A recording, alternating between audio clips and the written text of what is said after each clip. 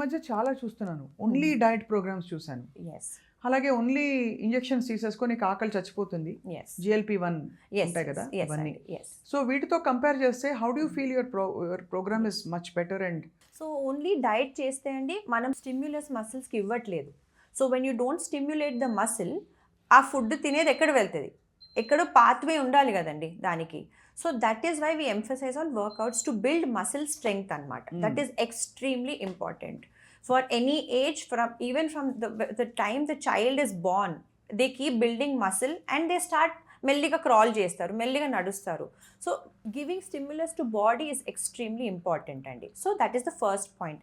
Second point is injections also అండి. Yes, అది cut down చేస్తుంది, హంగర్కి కట్ డౌన్ చేస్తుంది. బట్ దెన్ వాట్ అండి, అది ఇంజెక్షన్స్ ఆపేస్తే మళ్ళీ ఏమవుతుంది, హంగర్ వస్తుంది. And what about so many months of you just sitting, కూర్చొని అనుకుంటాం ఇంజెక్షన్ తీసుకున్నాం, నేను ఏం తినట్లేదు కూర్చుంటాను. మీ మసిల్కి ఏం చేస్తున్నారు మీరు? అది we have to give stimulus అండి టు బిల్డ్ ఇట్. అందుకే వర్కౌట్స్ ఆర్ ఇంపార్టెంట్. అందుకే being active, being not sitting in one place for a long time is important. Right.